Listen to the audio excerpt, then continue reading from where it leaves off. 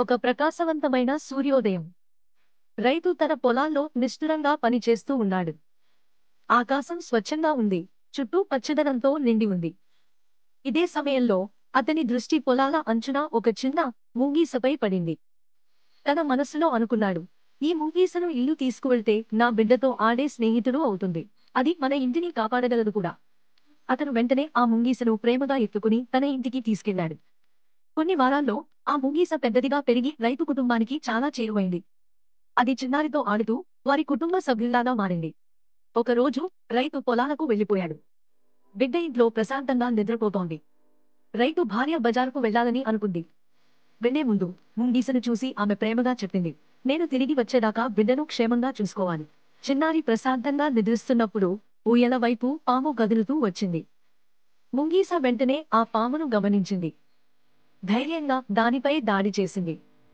ఘోరమైన పోరాటం అనంతరం ముంగీస పామును చంపి చిన్నారిని కాపాడింది.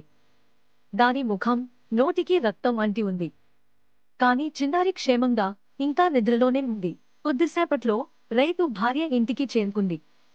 ఇంటి బయట ముంగీసను రక్తంతో కనిపించి ఆమె గుండె కరిగిపోయింది. అవును, ఈ ముంగీస నా బిడ్డను దాడి చేసిందేమో అని భయంతో అనుకుంది. కోపంతో, భయంతో తడబాటుగా ఆమె ఒక బరువైన కర్రను తీసుకుంది. ఆ ముంగీసను ఒకే ఒక్క దెబ్బలో చంపేసింది. తరువాత ఇంట్లోకి పరుగెత్తి వెళ్లిన ఆమె ఊయల దగ్గరకు చేరుకుంది. బిడ్డ ప్రశాంతంగా నిద్రపోతున్నాడు. ఊయల పక్కనే చనిపోయిన పాము పడి ఉంది.